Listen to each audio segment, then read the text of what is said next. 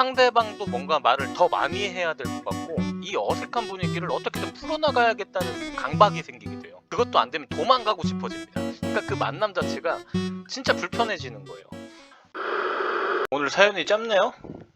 시우님 안녕하세요. 예전에 유료 상담으로 재회 상담 받았었던 내담자입니다. 사연이 길진 않습니다. 기억이 나실지 모르겠지만 작년 2월에 이별하고 상담받고 나서 6월에 재회 성공 후에 감사드린다고 커피도 기프티콘으로 드리고 했는데 기억나실지 모르겠네요.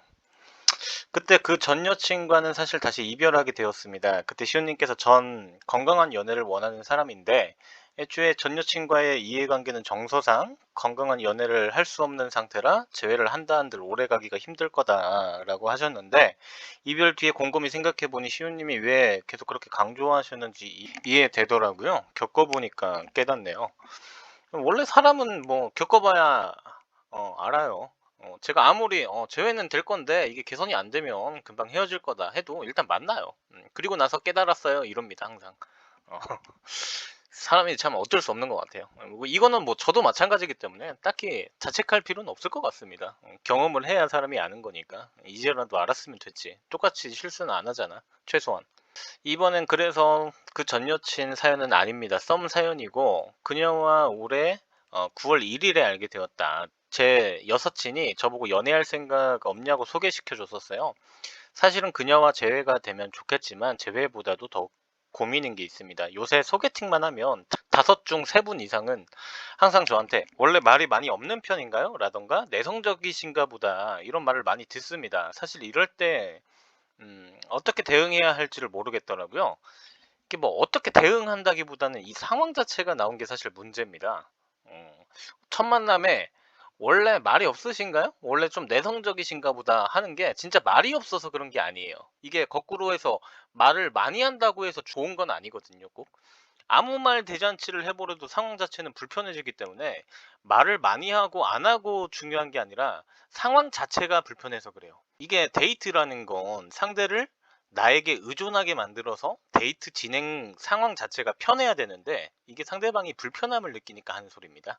예, 이따가 더 자세히 얘기해 드리겠고, 이 부분은 이번 썸녀도 저에게 원래 말이 없는 편이냐 했고 저는 그렇다 했고요. 저는 썸녀분이 너무 마음에 들었는데 소개시켜줬던 친구에게 소개팅이 끝나고 그 썸녀분이 자기를 별로라 생각하는 것 같다고, 제가 말이 너무 없고 좀 힘들었다고 하더라고요. 그래서 그런지 애프터 신청도 거절당했습니다. 데이트를 할 때 무슨 주제로 어떤 말을 해야 할지 요새 너무 고민됩니다. 아무래도 이런 식으로 만남이 힘들어지다 보니 이미 적응됐었던 전 여친이 생각이 더 나고 그랬던 것 같습니다. 자기 감정을 잘 그래도 요즘 생각하시는 것 같아. 제 사연은 여기서 끝입니다. 뭐 연휴 잘 보내시고 뭐 건강하시길 바란다 이렇게 쓰셨는데, 사람이 사람을 알아간다는 건 사실 사람들은 무의식 속에서 그것을 스트레스라고 생각합니다. 우리가 어느 정도 에너지가 있고 그것을 너무 불편한 상황이 아닌 적당한 스트레스로 받아들이면 그 새로운 것을 우리는 설레임이라고 생각하면서 합리화하기도 하고, 그것의 스트레스가 일정의 도를 넘으면 우리는 불편하다라고 느끼게 되고 그 사람을 별로다, 싫다라는 등의 합리화를 하게 됩니다. 말 그대로 내면 세계는 좋고 싫고가 없기 때문에 그런 스트레스로 느끼는 감정을 합리화하는 겁니다. 그래서 말을 많이 하고 안 하고가 먼저 중요한 게 아니에요. 제가 여러분 웬만하면 작업할 때 재회도 그렇고 썸도 그렇고 여러분의 나와바리에서 데이트를 리드해라 라고 하는 이유가 여기에 있습니다. 내가 새로운 곳에 생판 처음 가는 곳에 가는 것보다 내가 아는 곳에 가는 것이 긴장감이 훨씬 덜해지고요. 내가 아는 동네이기 때문에 상대방이 여러분에게 뭐가 맛있어요? 여기 괜찮은 곳이 어디예요? 이런 식으로 여러분에게 의존할 수 있는 상황이 주어지기 때문에 그래요.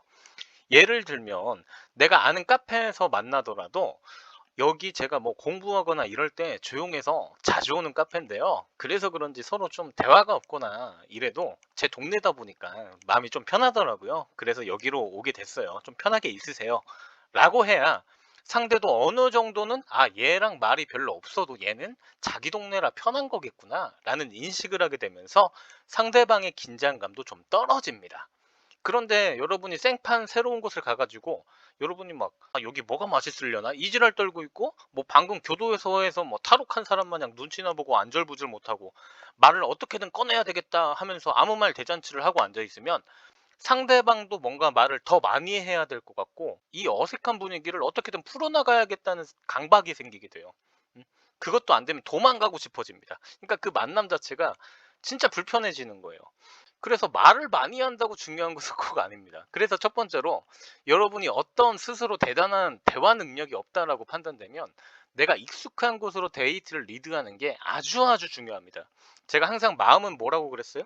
좋다 싫다라는 마음이라는 건 합리화의 과정이에요. 뭘로 합리화한다? 구축되는 환경에서 합리화된다.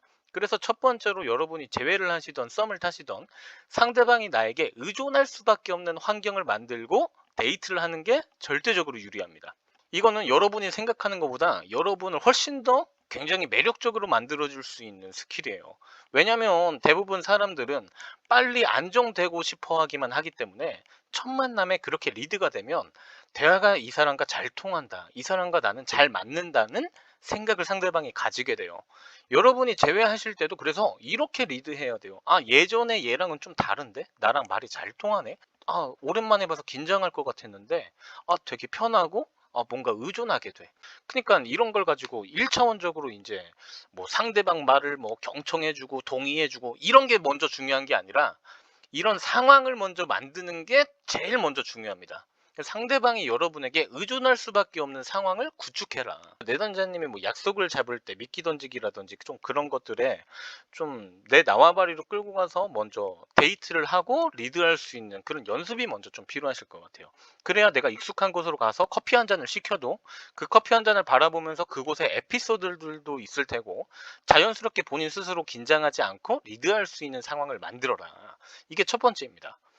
그리고 뭐 애프터 신청을 뭐 거절당했다고 하셨는데 뭐 딱히 어떻게 대화했는지도 안 나와 있고 다시 딱히 만나는 걸 원한다고 뭐 쓰시지도 않아 가지고 여기서 뭐 제가 더 드릴 말씀은 없을 것 같아요. 자, 이상 연애 비타민 시온이었고요. 감사합니다.